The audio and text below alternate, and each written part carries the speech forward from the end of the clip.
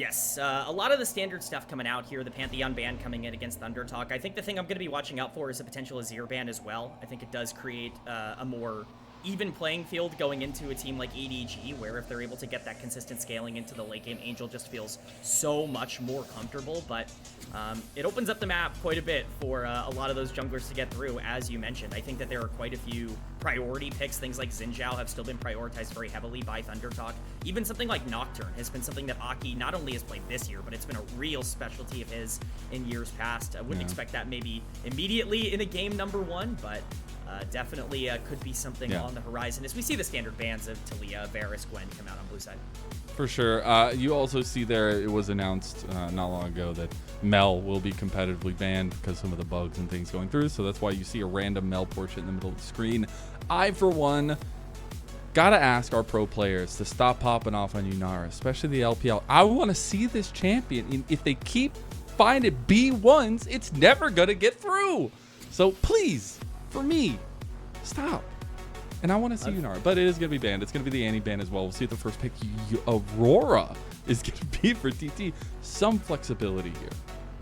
Yeah, I would expect this is going to SeTab in the mid lane. It definitely feels pretty comfortable. It's one of his most played champions this split, alongside a couple of the more facilitative-esque picks. If they want to go for something aggressive, it makes the most sense. But like I said, Azir, a pretty easy answer here, I would say, for Angel, at least in terms of what he prefers individually as a player. Gives him that free scaling into the late game, and already we're starting to see, you know, some battle lines drawn in terms of maybe the identities of these two comps. Aurora, very aggressive, wants to get onto that back line. Azir, very much that front to back, can still be that playmaker, but definitely both teams already playing into their own identity with skirmish versus controlled chaos happening, like we talked about in the pre-show.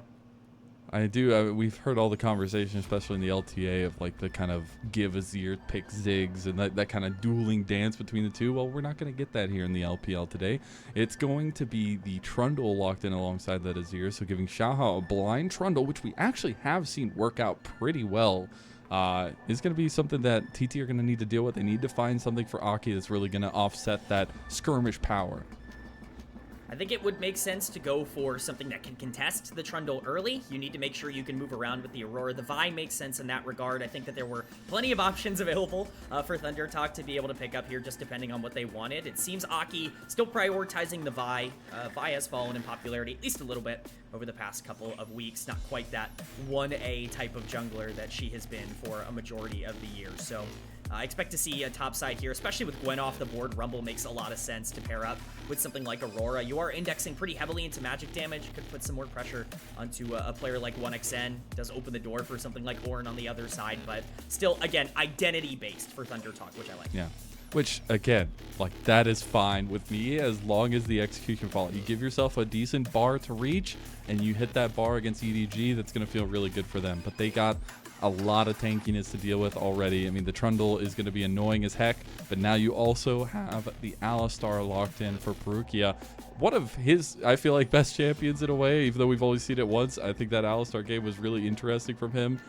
But we'll see if they can counteract that tankiness with maybe a little bit of shred, or if they want to get some tankiness of their own.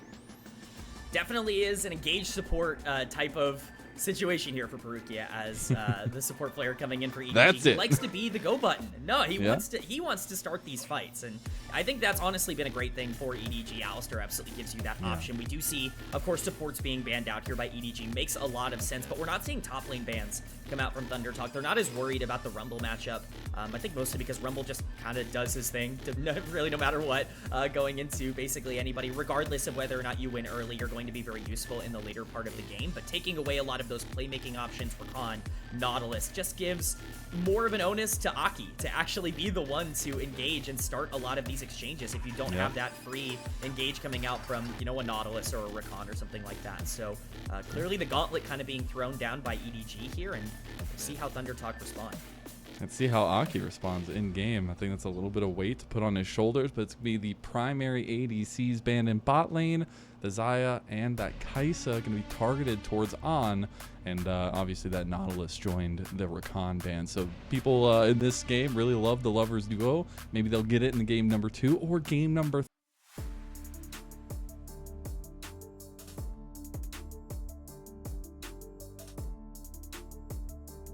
Up for these two, and especially Parukia getting so much control and giving so much direction to this team as a rookie support as the K'Sante comes in. And we'll see that at least that ADC be the final pick here for EDG.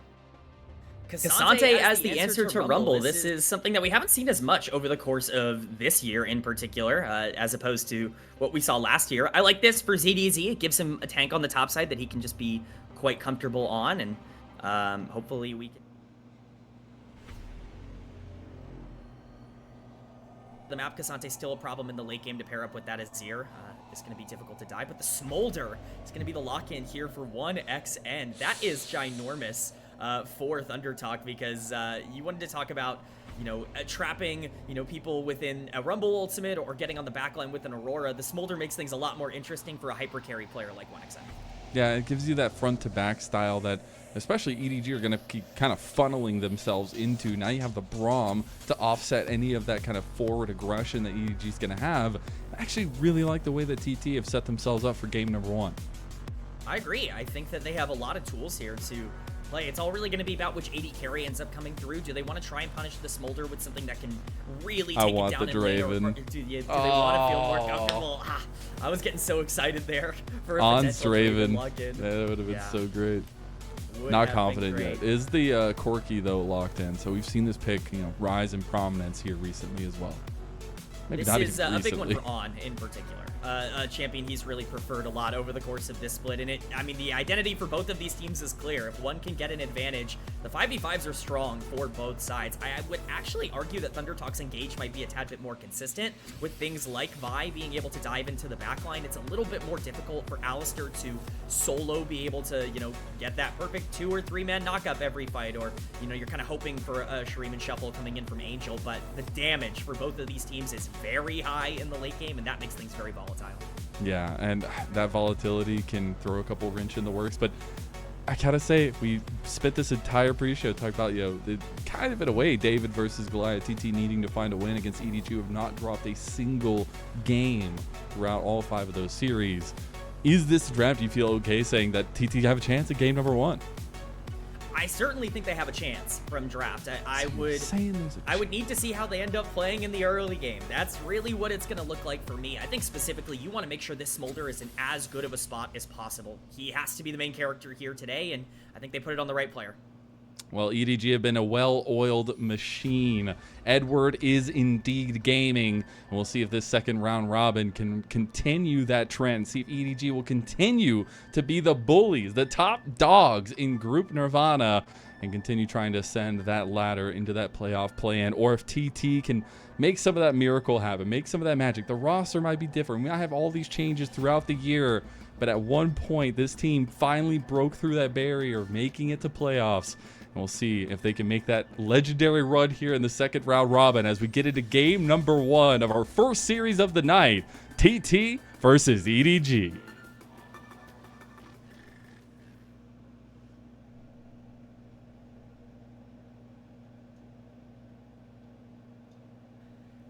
All right, and we are jumping in here.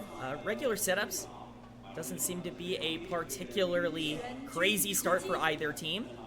And we'll just have to see what the jungle pathing ends up looking like. Wards placed down on either side, of course. Top side vision coming in from Aki. And they want to make sure that they can start on that red relatively efficiently. You can't see it, but I'm pouting, Kman. I am upsetty spaghetti. We didn't get Dios, and I take it personally. You know? I take it personally. I'm upset. I'm upset at everybody in the crowd. They also, there's a funny thing that I might be blaming the crowd when they actually did do the gyos, but the crowd mics weren't on. But I'm gonna stick with the narrative that fits my moment. But anyways, we'll see if we get those gyos going further into the series. But now that we get to this opposite side pathing for both junglers, we can kind of see where their focus is gonna be early. Definitely makes a lot of sense to path up to the top side if you are Vi here. You want to make sure to protect the Rumble as much as possible. In case Xiaohao wanted to go for anything aggressive with the K'Sante, K'Sante should be fine, if not incredibly strong early, so Definitely makes sense for Aki in that particular case, but for Xiaohao, he just wants to get as much tempo as possible. He will be spotted on this ward here, so they will have knowledge that he has cleared the top side of the map. At least a good amount of information going over to the side of ThunderTalk, but really what's going to be important to me is where the priority goes in the mid lane early. Aurora obviously has a ton of combat power, but the range coming in from Azir can make that a bit trickier, so one of these two can get out on the map and start moving a bit more. Perhaps we could see action in that direction, especially when those objectives spawn. Yeah, I think those objectives are going to be super contested between the two. I do expect TT to maybe take a little bit of a back seat to that until that level 6 comes up for Aki, until that confidence comes up with that cease and desist, but still some possibility for that early skirmishing. But both junglers might also just go for those easy clears first and see how prominent the dragons versus grub side of the map is going to be between the two. And I think that's where we could talk a little bit about these two junglers, and especially the way that they've, as I said earlier, not exactly found the place to call home, have been jumping around a little bit, in a lot of ways, and Aki even, you know, going up against EDG with that recent history and some things along those lines, you know, working out to where these two junglers are still trying to prove themselves so far into their careers. Yeah, the jungler is definitely a big narrative here as we get a nice trade in the bot lane for EDG. That's pretty large for them moving forward in terms of the 2v2. But you're absolutely right in terms of these junglers needing to prove something, and especially on these two champions. This is Trundle versus Vi. These aren't champs that just want to sit back and, you know, farm and scale and, you know, worry about things in the later part of the game. These are champs that want to make something happen across the map, and both junglers are going to have the ability to do so in this game. It's all just about where that pressure goes. Dragon spawning in 1 minute. We've seen a lot of teams really forego dragon pressure early on, but I think especially with the amount of scaling on both teams here, we could maybe see an increase in priority on that, depending on where these teams want to go, at least in the early game. Yeah, and the reason I bring up some of that history is because I'm not going to lie, Aki didn't have a great time when they faced EDG last time. And he might have gone 0-9, but that it's a different Aki. It's all the way down into the second round robin of the split. See if we can make that difference here. But again, that big focus for tonight, even though we get these 2v2s continuously kicking off, and Aki will be finishing his clear down this way as the second clear, the back had already come through, and is going to be the case for both junglers just to kind of ride the wave so far early. No real action to be had. It doesn't really feel like any of these lanes are too exploitable. Hoya is going to have generated a pretty decent lead for himself on the top side here, not only shoving ZDZ into tower, but does have a bit of a CS lead as well. That's something to keep in mind, I think, moving forward. If the Rumble is going to be pretty far ahead, that can actually be a swinging point here for ThunderTalk. Hoya himself has had a bit of trouble over the past couple of splits at generating that lead, but bot lane is the focus here. That's going to be the instant flash from 1xM, but Feather just gets caught out. Parukia with a beautiful flash, get the headbutt back, and Feather will die to some Alcove Gaming, even denied that, as Xiaohao gets first blood for EDG. Really nice play there for EDG. Once again, it's just the proactivity coming in from Parukia, the new support on the Alistair with the flash. It's a nice gank, great pathing there by Xiaohao, and I think especially donating that kill to the Trundle is really important for a lot of these early skirmishes. It tells me that they feel confident to look for even more of these plays moving forward, and especially if SeTab's going to start winning trades in the mid lane as well. You know, that's going to make things a lot more chaotic and a lot more exciting around these objectives now with an extra kill on the map. Oh, Between Worlds going to be popped in mid lane. That's a little bit aggressive from SeTab. I will say, though, Aki used some of the pressure and some of the lack of pressure in the jungle to take Xiaohao's wolves. So he at least got that, and they're going to preemptively start the dragon because of the redeploy out here by Hoya towards bot side. And with 1xN going towards top side to try to free farm, it will be able to take that first objective. So it's a really good rebuttal from TT. Yeah, very smart answer, and honestly a very quick decision from ThunderTalk. You have a very small window to make this play happen, and they do make it happen very easily. Great job there by Aki. I want to give him a lot of credit, but credit Hoya as well for making sure to set the play up. It's about how Xiaohao responds now. I think if they want to try and overload the top side, they can. These camps would be for the taking, but it looks like he just wants to play it a little bit more passive in terms of how he wants to path, and that's just a big win for ThunderTalk to be able to get those dragons under them with how great the scaling of this comp is. And now that they're getting level 6 for Aki, they have those go buttons available to them, or at least one of them, to set up these solo lanes. That was a big conversation in the draft, is these solo lanes actually work pretty well with the style they've set up for themselves, and especially with Aki's proactivity on the Vi. I expect to see that unleashed now, especially at that grub spawn in about 40 seconds. That's the big one. That's definitely what we're going to be watching out for. We've seen many a team win or lose the game at the grubs fight, so it will be important to make sure you get the setups around there. I'm going to be tracking where the vision ends up landing for a lot of these supports before this objective ends up going down. Right now, it's not quite set up for either team just yet, but we're going to be back on the top side here. They actually will be sending 1xN down. Hoya could be in a little bit of trouble. All right, Hoya going to get headbutt back. Parukia, that leading man, the shot calling extraordinaire from EDG, decides to make the shot focus on Hoya. The flashes come out and the pillar gets saved, but Hoya is going to make it out with that shield. Might be able to turn it around. Xiaohao might die. He is not going to go down. The smite comes through, but he is able to heal through that, and he is still okay. EDG try to make a play on top.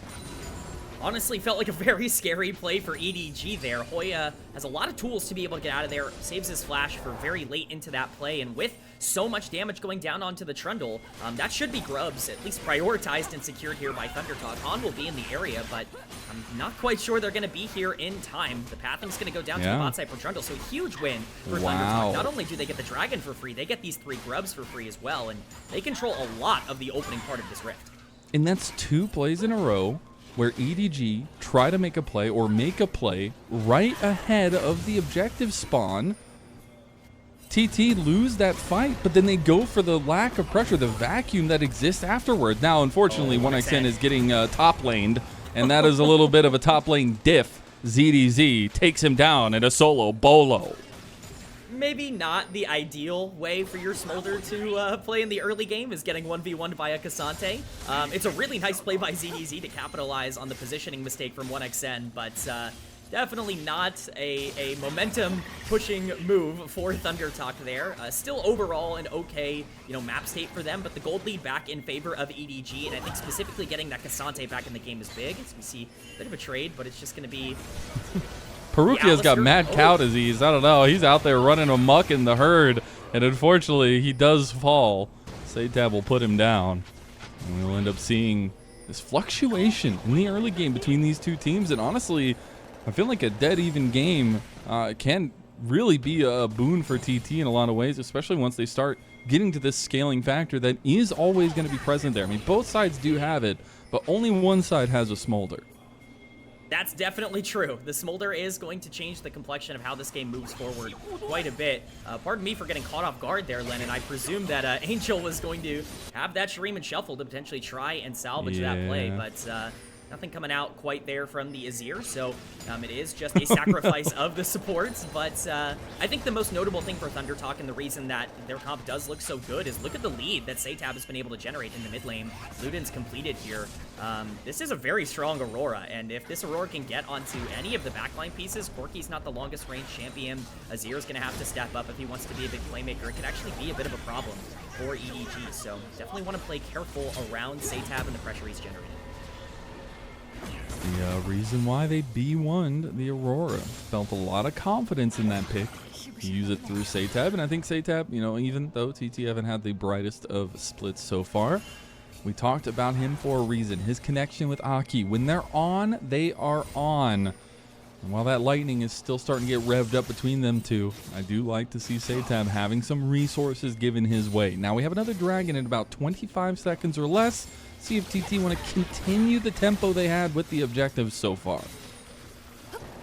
We will see. That 15-second timer is really relevant for these teams, but 1xN is going to be on the top side. It does make it a bit more difficult to try to contest if they want to go straight for it. Aki on this side as well. It looks like they just want to overload on the top side of the map, potentially try and catch out the bot lane, but nothing to be found here. It is going to be Xiaohao by himself on the bottom side of the map, so we will see if he wants to position aggressively on making his way down, but at least for now. This is the team that knows they've got to raise the dragon. And it's full on. Give him all the kibble. As TT trying to get these plates down, Parukia goes with a nice double pull. He's going to force them away. The TP also being a little bit of a warning shot from EDG as ZDZ comes across. But now they will have to find somebody to answer that bot side because nobody can really answer right now. Nobody has TP.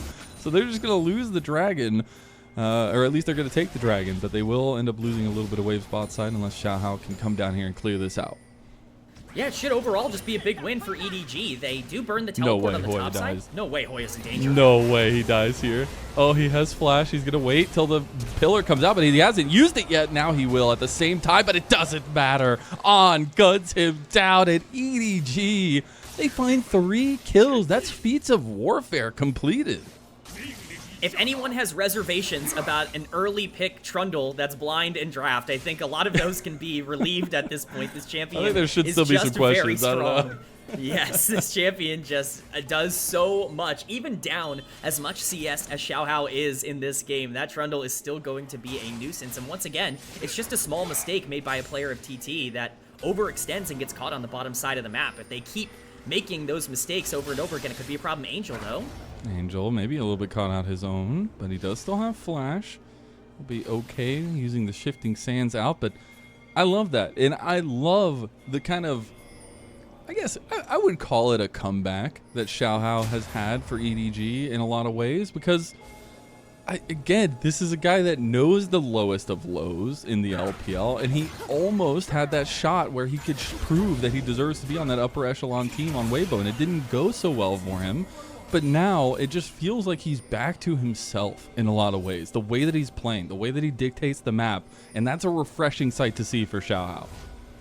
Absolutely, and it's necessary for Edward Gaming. He really is such a core piece of their identity as we see more posturing around the area. Aki gonna look to try and take this blue buff away from Xiaohao here to continue to punish the Trundle. It looks like it will be successful with ZDZ stuck under the tower, but you're absolutely right, Lennon. I think one of the main things to point out when it comes to Xiaohao's career history is that this is a player who has pretty historically gotten better as the year goes along. He can sometimes have rough spring splits and can look up and down throughout the beginning months, but once it starts getting towards summer and those later months, the August, the September games, he really starts to figure things out, and I think we're seeing that once again this year. Just goes to show how much this guy can learn and grow throughout a meta and throughout a split throughout a year. I always love me an emotional player, and I know Xiaohao is that, but he's able to back it up in a lot of ways. I think emotion can be so powerful, especially in the LPL, where momentum is king. As now we see this set up around these objectives. Rift Herald is up in about 20 seconds. TT want to contest this. They want to try to get this down. They already have the 3 grubs. That's going to feel really good for Siege, but EDG don't want to let them in. It's going to be really difficult to walk up here for ThunderTalk. Aki trying his best KO, to get knocked that steal out. off. Unfortunately for him, he's not going to be able to pull that one in, but this is the problem with ThunderTalk's comp when you rely so much on the buy, is that you have to full commit to a lot of these plays in order to make it happen. It makes zone control difficult. Parukia taking quite a bit of damage on that trade there. Yeah, gonna look to back off, re-heal up as the objective hadn't been started up just yet, but it does now, as it looks like the Rift Herald will just be given over to TT. So EDG, I mean, they've really been lax about a lot of this movement around the map, except for when it comes to Xiaohao getting involved. As when they try to take SeTab, he does fade over to the Rift Herald take, and they should be able to take this. Oh, blast cone over. Xiaohao's in the fight. Oh my god, what a Chad. He still has flash. He's looking to get out. No, he wants to flash out, but he dies in the clutches of TT, and that'll be TT claiming the Rift Herald. Oh, I was so prepared for ThunderTalk to continue to hit the Herald and turn that into a 50-50. They do the perfect play, and they end up locking down the Trundle. A pretty big mistake there by Xiaohao, but I understand what he was looking for. It just ends up being a huge win for ThunderTalk, and honestly, the story of this game so far has been the lack of objective control from EDG. SeTab looking for Angel is going to be able to do quite a bit of damage, but with that dash, the Azir should be just fine. But once again, it's yet another objective going to ThunderTalk. Yeah, they've been really good, and I was talking about... It's so funny how things always pan out to be a little bit opposite in a way, because TT, we were talking about kind of their decision-making in team fights, kind of that cohesiveness of knowing where those shots need to be called. EDG, we're talking about the macro decision, how good they've been around the map. And so far, they've taken a back seat to these objectives, and TT's taking full advantage of that. They will have the Rift Herald available for some standing gold, but the resets are going to come through because Dragon is coming up now, and it will be the second Dragon for either team on an Infernal Soul, which instantly ups the ante. Especially for these two teams, for these two drafts. You definitely want Infernal Soul on both sides to be able to augment that damage, to really be able to push you over the top. And You know, we'll have to see who wants to prioritize it just a bit more. We haven't seen a ton of area control just yet. Aki making his way there, Parukia as well, trying to set up as much as possible, but we could very well see a fight around this third Drake and see which team ends up coming out on top. I'm definitely going to have my eyes on the Aurora. She can get on the back line, but right now it could be On, who's taking a bit of chip damage. Feather, though. He was kind of leaning over to 1XM, but they go the opposite way, and he is forced to flash. Does have the spell book, but going to be a big summoner spell down. 1XM going to use this mid prio, try to push this out. He's at like 160, 170, a little bit less than that right now. So he's not at the 225 mark just yet. Obviously, he's still pretty early into the game. But that pressure does end up meaning EDG will take that forward step with the dragon stacking while TT answer with a Rift Herald play in mid. It's a nice answer here from ThunderTalk. You grab that mid tower basically for free with the dragon being taken. You're okay giving over second Drake. It's not the end of the world to sacrifice that. We'll see if Aki can earn his driver's license here. All right, he went the right way. Got to go left, can't go right. Right is too crooked. He's going to look for the angle. Can he do it? Oh, it ran out. The problem with that is if you go right, you end up making it to the tri-bush, but you can't make the turn. And in that case, not enough distance, not enough gas in the tank. But they still do find a little bit of counterplay and still have about a 1.5 thousand gold lead. CBZ potentially be in a bit of trouble here, but he does have his team kind of hovering in the area. We'll have to see where EDG want to put their resources now, because they are the team that is stacking dragons. They're behind in gold. They have the out later on in the game. Makes a lot of sense for them to slow the pace of the game down a bit here. But you can't really do that with the Smolder on the other side either. It becomes very dangerous. So it's a bit of a tough position here for EDG that they've placed themselves in, giving over so many of those objectives. But any team's going to be able to get themselves out of it. It'll be EDG, and quite frankly, I'm not sure if they know how to play passive. That's kind of been the case for them throughout the entire year.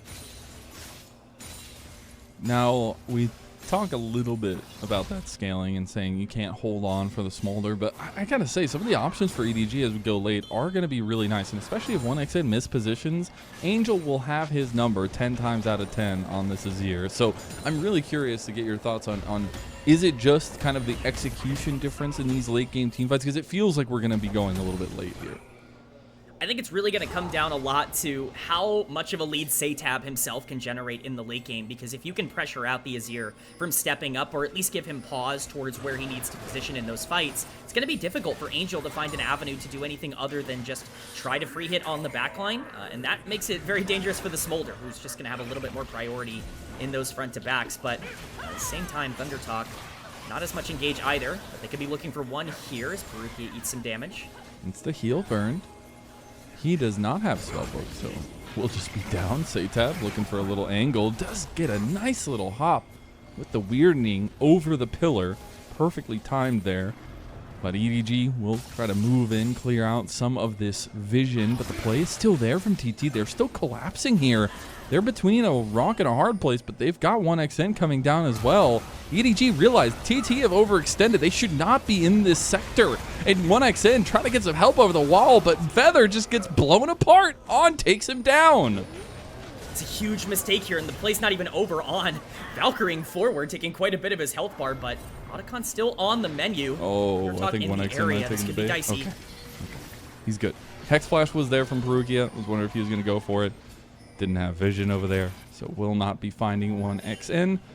And that is a fight that TT can't have. They are still an advantage, but little picks like that can mean a lot. But it wasn't in front of any objectives. Otakon is up, but neither team really going to be willing to start that right now. It's really been the trade-off in this game so far, is that TT has made a couple of mistakes. They've had a couple of players over position and kind of get themselves into trouble. They've been able to supplement that by getting wins in team fights and picking up objectives, but it's the little things that have held TT back throughout a majority of this split. We're seeing some of those happen against EDG. You can't continue to make those kinds of mistakes. Luckily for them, they still are in a spot where they control a lot of what's happening in the game, and especially with Otakon being on the bottom side of the map, Dragon spawning in just over a minute here. We're going to see so much priority placed around this area. It's all going to be about that setup. Hoya's ultimate's going to be big if they do end up starting it up here, but EDG should have control of the area at least for now. The biggest lead to speak of is that mid lane, the CS differential. Wall's the kill going over, but 1xN, he's got to be close. He's got to be itching to get to that 225 mark. I know we'll get the indicator when he is, but the next dragon is coming in 45 seconds. Have the item completions change the way that these fights play out at all, Kman? I definitely think that you are a lot more scared if you are a squishy at this point in the game. If ThunderTalk are going to be making some mistakes in side lanes, you certainly can't be making those same mistakes at this point in the 5v5s. You have to make sure that that protection is there. Feather, I think, is going to be very relevant in terms of what the peel looks like, and if Angel wants to get aggressive, that could really affect a lot of things now with that 2-item completion done. But we will have to see. Xiaohao stepping up aggressively, wants to make sure that he can prioritize this crab. It actually does give them quite a bit of an advantage in this river if they can get a dragon spawning now. He's gotten 225 now. He does have the execute. TT, this could be the moment, or you could wait. You could let this one go and fight the next one. It is sole point for EDG as we get set up. EDG already starting it up, already a quarter health down. TT, a little split on the way they want to enter this fight. That control ward actually going to buy a lot of space for TT, and TT just go all in onto ZDZ, but ZDZ goes all out and gets away. Now TT, their lines are a bit broken. Mon comes over to help out. Parukia going to run away with these cinders on the ground, speeding the cow up, but the dragon has been the focus of TT the entire time after EDG fell off of it, and that'll be second dragon for them, tying it up in the dragon score. And that might not be it either. Otacon started up here by ThunderTalk, and this is a very dangerous situation for EDG. 225 makes a team do crazy things. TT going to try to take this one, force the hand of EDG. They did stop the resets with that, because Otacon's not going to let you back right there, Feather. And neither is Hoya. Okay, guys. He's finally going to get away. As 1xN shows for a brief millisecond there. Will not stop the back in the end. Aki sticks around as well. Maybe they try to go for ZDZ here. But a very, very prolonged play towards the bot side of the map. Yeah, it's just poorly set up, quite frankly, for EDG. They felt very disconnected in that fight. ZDZ kind of getting engaged upon by ThunderTalk, but the moment that EDG spend resources into protecting their Cassante, that leaves the dragon open for ThunderTalk to be able to equalize. Both teams now sitting at 2. Certainly makes the win condition more difficult for both of them. Could delay the game by quite a bit, but I think most notably that Otacon staying alive is really important moving forward. Both of these teams at basically identical pedals moving forward, so that could actually be a really big objective for whoever's able to take it. And right now, at the very least, we've got the push on the bot side coming in from ThunderTalk. Aki in the area. Xiaohao making his way down there as well. And imagine what an accolade it would be to be the first team, and it being TT of all teams, to be getting the first win over EDG. You got to remember, EDG are undefeated, and they haven't lost a single game in best of threes. The only other undefeated team is Billy Gaming in Group Ascend, and they've lost games. So EDG have done something that nobody has done in the LPL in split number 3. And so far, TT has them against the ropes here. We'll see how these mechanical executions of these team fights come down. But so far, a really good showing from TT. Certainly is their game to lose in terms of the power points on the map at this point. But ThunderTalk still not willing to fully commit to a lot of these aggressive plays. They don't want to make a positioning mistake in terms of how this goes. But I think 1xN is just in such a strong spot here. Feather without Flash could be exploitable, but at the end of the day, as long as that Smolder stays alive, it's going to be scary. Third item completed, Infinity Edge done on the Smolder. This champ's going to hit like an absolute train. And unfortunately, the way that EDG really want to work is use Parukia as kind of this frontliner, Xiaohao, ZDZ following up. ZDZ always looking for these flanks, but you have to remember, TT want to play it front to back now. They want 1xN to just be free firing all over these kind of tanky members, and now the trade is trying to come through, but they don't do it nearly fast enough. They immediately pull off. They will end up losing that side of the map a little bit, and the Otacon gets pulled off of. So I guess in all's fair in love and war, and both teams just very hesitant of the map state. I think both teams are very nervous right now to make one gigantic error. As much as we are talking about ThunderTalk being in a good spot, this game still is relatively on a knife's edge as Angel ends up taking that top lane tier 1, opening up a bit more for Edward Gaming, getting a bit more gold in their pocket, but Feather once again having to step up in order to get the vision. He could be caught out. Doesn't look like they want to go for it too much here, but the dance continues. It does indeed. TT will move in, get some of this vision cleared out as well. as they actually go in to clear more. Don't think they have the damage just yet to burn it down. I think the more likely scenario is EDG being the team to be able to burn it down, just with the kind of ump factor that On has, but specifically Angel. I think it's always been a key factor of the Azir of how quickly he can deal damage to that Baron once he hits those 3 items, which he's very close to. And speaking of, I know you talked about those 3 items for 1xN. He also has stopped off for the Executioner's Call, so a little bit of heal cut there. But we'll be getting closer and closer to these 3rd items for a majority of members, a minute away from Dragon spawning for both teams. I think it's also worth noting that Angel in particular has completed the Seeker's Arm Guard, so he will have that stasis available for any large fight that might break out. That does give him more credence to be able to make some big plays with those Shreem and Shuffles on the Azir. I think that it's definitely the player to watch for EDG right now in those fights, alongside on the Corki, who has quite a bit of the gold. But Dragon, 30 seconds away. It would be 3rd Drake, soul point for either team, so setups are important here. EDG could be walking into ThunderTalk, but looks like they just want to push topside. I gotta say, a big difference here, depending on how the health bar goes, but ZDZ is almost a full item over Hoya right now on this K'Sante. That would be terrifying to see a K'Sante run rampant in the back line. We'll see if EDG can find that angle. Aki goes over the wall there, but he overstepped. They realize he has nothing to get out. He has to flash. Now SeTab's looking for an angle with the Between Worlds, but he's getting locked down now as well. Gets the Q3 back, and SeTab will lose his health bar. EDG are expertly navigating this, and 1xN is the only thing that can kind of fan the flame for TT as the equalizer comes down as well. Yeah, it's a huge equalizer from Hoya. It actually completely cuts the backline's health bar. This is a very difficult fight now for EDG to be able to take. ThunderTalk should have full control of this Dragon. We will see if EDG want to try and contest, but there's no way with the health bar being gone on the Corki. This is a free soul point for ThunderTalk, and while the fight looked very questionable at the start in terms of Aki and SeTab's positioning, as it turns out, the Smolder is eventually going to be able to do enough damage, and it's a really big Rumble ult that equalizes the fight, if you will. Yeah, I mean, just doing all that damage. As soon as we saw On complete that back, he knew it was forfeit, and that'll be soul point on this Infernal Soul for TT, which I think this composition just absolutely explodes with an Infernal Soul. And EDG will be, unfortunately, the ones on the receiving end of that. We finally got the Zanyas completed for Angel. But this also gives you a counter, a timer, 4.5 minutes for that soul for TT. What can EDG do in that time? Right now, EDG needs to make sure that they do not give over free vision across the entire map. It's difficult. Parukia looking. Parukia decides he wants to go in. Oh my god, that 1Q coming through does so much damage from 1xN. Feather getting away now. 1xN caught out. Now ZDZ goes for the all-out back to the team. 1xN still alive, still kicking. The Dragon lives. And now TT move in to execute. They move in to punish EDG. This fight going the way of TT, but Angel can't find the Shreem of Shuffle. He misses it. And now Parukia is going low, gets the knockup. On still pumping, On still rocketing away. He finds one back as well, but blows up at the end of the burn from Hoya, and 1xN has TP'd back to the fight. Big fight win from TT, back and forth along the yard. It looked like it could be dicey once again, but it is a win for TT despite how minuscule. Hoya once again coming up very clutch on the Rumble, but we talked about it. 1xN Smolder is pumping out so much damage in these fights. Even if he is the target, it takes so much to be able to get on the backline.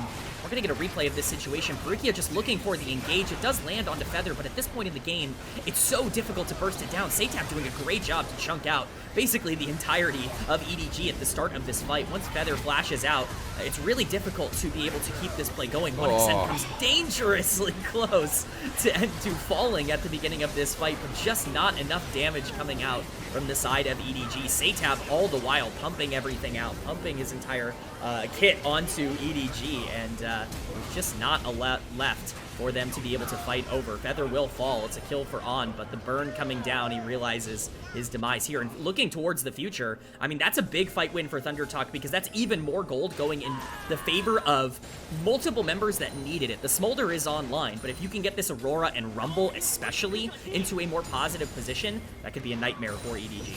And I'm just going to say, Xiaohao, work on those jaw muscles a little bit. Get that chomp down, a little bit more range on that. Because if he gets that down, 1xN is gone, and the fight looks very different. But that's the closeness of these fights, and that's the closeness that can happen if EDG find the right angle. But so far, 1xN is playing out of his mind. He is finding the angles. He's playing so safe in a lot of these fights, and he is the ticket forward at this moment for TT. Once again, oh, the Parukia dragon going for the same strikes. play. Parukia, No, the this same play. time everything was ready for it. You can't fool the dragon twice. And EDG are falling apart for the first time, it feels like, in this split. And TT are going to move over to the Baron. Oh, the signature aggression that Parukia has brought to EDG. It's been a blessing all split long. It's a curse right now for the team, as this is a Baron for ThunderTalk. It's a big fight win, and if we thought the game was close, it has completely opened up in favor of ThunderTalk moving forward. Minute 30 on Dragon Soul, and ThunderTalk will have everything in the toolkit to take that as they push topside here.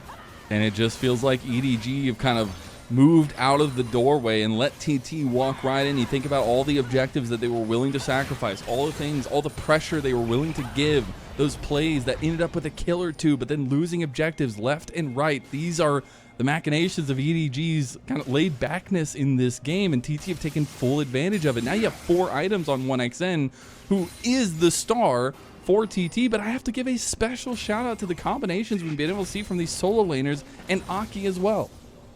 Absolutely, this is a team effort from ThunderTalk. As much as we can give the credit to the Smolder, the setups have been fantastic, and we're going to see them be even more important as we start to posture around what is Soul for ThunderTalk. You stated it earlier, this would be a nightmare for Edward Gaming if they gave over this Infernal Soul to a Smolder Rumble comp, and they're going to have to try and fight for it. Baron push in the mid lane makes that even more difficult, though, and there's no vision on the map. I mean, it might already be a nightmare. It might just turn into a night terror at this point for EDG.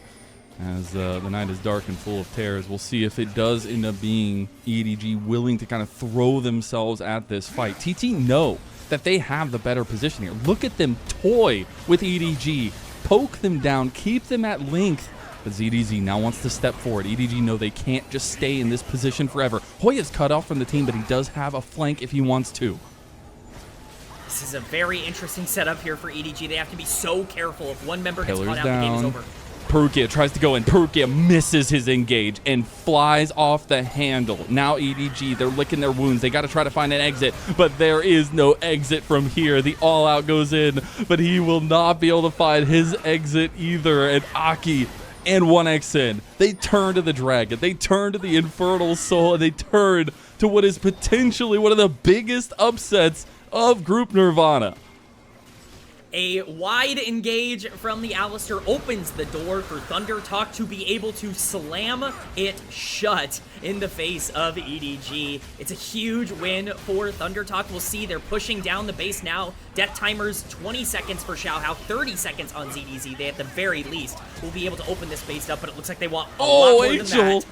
He's almost dead. Okay, they end up catching it. This is it. This is all she wrote. EDG have fallen. No longer is there an undefeated game score for any team in the LPL. And TT have done what miracles are made of. They take down EDG in game number 1 of this best of 3.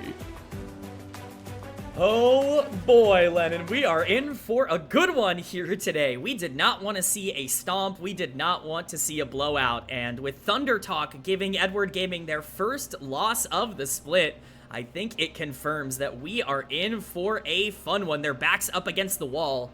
They are stepping up when they need to. Big, big game from ThunderTalk. And it was everyone. It was a team effort across the board. Blue side strong. First pick Aurora works out, and TT, they utilize some of the lacking nature. I love the execution from TT. I love some of the decisions that we saw, the lead, especially in mid lane, that we saw develop and kind of utilize very well. The tempo of the game, the objectives, all that control. But I gotta say, EDG, they might have been a little bit asleep at the wheel. Like, I know the comp works to some scaling nature, but you're facing a Smolder and you're letting all these objectives fall the wayside. You're not even contesting in a lot of ways. I think it was hard, but it's so good to see TT rise to the moment, take advantage of that, and that's the key factor. Absolutely. I think that there were a lot of takeaways from that game, just in terms of, okay, this is the first time EDG's really been on the ropes, and what happened? They kind of folded. They kind of capitulated. They threw their hands up and said, no more. And I think that there were some concerning traits. We need to see this team really lock it in terms of the consistency with which they can fight with. Parukia in particular, I think didn't really know what to do when the game started to kind of trail off. A lot of those Alistar engages going wide. But again, credit to ThunderTalk. They stayed patient. They stayed controlled. And the plays that they did go for, they really succeeded on. And I think that's really the mark of a team that knows what to do.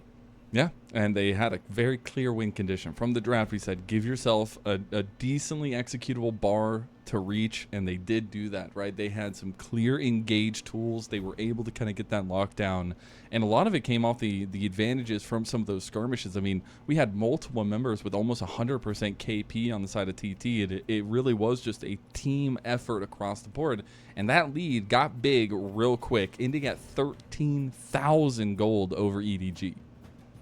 Yeah, the gold graph is definitely telling of how this game went. It was a lot closer, I think, than people will remember. For a majority of this, there was definitely an avenue back in for EDG, but those plays at the end of the game really sealed the fate of everything going on with Edward Gaming. I think the damage is also indicative of exactly where those resources went. 1xN just doing so much, 37% of his team's damage in this game. Smolder ended up being absolutely huge. It almost makes us forget this solo kill at the beginning of the game that he ended up falling to ZDZ That's with. Just but an ADC versus a top laner. What can you do, man? But it's so good to see the kind of Joy Dream prospect all the way from JDG's LDL squad coming back all these years later, right? And 2 years down the line with TT and still being such a major factor. We came in today, we're like, all right, we're not going to talk about 1xN. We're going to stay away from this guy. He doesn't allow us to. He always is that linchpin that TT build their leads and build a lot of their wins off of, even if they come few and far between, like we've said. You're absolutely right. This has been the case in all of their last few series. They played 2 against Ninjas in Pajamas earlier this week, and in both of them, they weren't able to really, lock in the final couple games. But game 1, 1xN was there, and he was able to take over. So we're seeing that pattern once again. I think they're hoping for a tad bit of a different result in this series, but they've set themselves up to be in as good of a position as possible against the leaders in the group. And as a reminder, this is kind of for their lives. Obviously, not a lot left to play after this for ThunderTalk, so they need to get into the top 4. 3 more series. Exactly. They need to win now, and this is a huge, huge step in the direction of them getting top 4. Yeah. And for EDG, it's the start of their second round robin at least, but for TT, you're getting down the way here. You're only going to have 3 series left after this one, so you got to make every moment count. Again, top 4. Make it out into that playoff play-in as well. But these kinds of showings, these are what brings back some of that memory that we've seen from TT, what ended up giving a lot of hope to this team and finding that first playoff at least appearance for the organization. But that's a long way away from the conversation now. Right now they need to focus on what they can do to take down EDG, because I expect them to be on that red side for game number 2 and EDG to get something very strong, at least on that blue side. Certainly will matter quite a bit. I do want to give a big shout out though to the solo laners of ThunderTalk. If they're going to perform like this in this series, it is certainly not impossible for them to be able to pick up another win here in game number 2. Hoya had a great game on the Rumble, multiple ultimates that were going basically perfectly cutting down the backline of EDG, and SeTab with a huge lead in lane on the Aurora. Not the easiest to do always against the Azir, but pushed it wonderfully, and quite frankly, the damage coming in from those fights was sneaky large. He was not too far behind, but MVP was Dragon obvious. gets it, obviously. Does so much damage, but also they knew that this was the condition. They gave up that Dragon on bot side when they had full control of that side of the map just to play towards top side so 1xN doesn't get played onto. Like, that is the kind of realization in a game that you love to see from a team, knowing what their win condition is.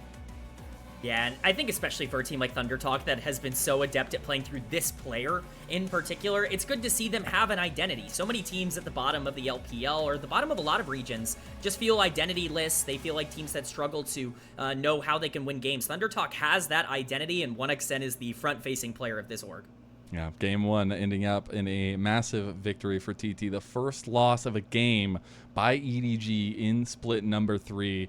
But before we go, if you would like to support the LPL English product, please consider becoming a coffee member. It's the best way to support the LPL directly, since a vast majority of the contributions go directly to the show, the improvements to the broadcast package, to the content behind the scenes, and to paying all of the on-air and off-air talent that we have. Shout out to socials and the mod team as well, and all the content creators we have and the producers behind the scenes. Subscribe to our coffee, linked in the chat. You unlock perks perks like early access to content. You can even ask some interview questions as well. But again, you're supporting a volunteer product that we all love so much. Thank you to everyone that has already become a coffee member, and please consider going to give us a little bit of coffee love over there. So thank you so much to everyone already, and that's just game 1 of the day. I expect 5 more bangers and nothing less for us. We'll see you for game number 2.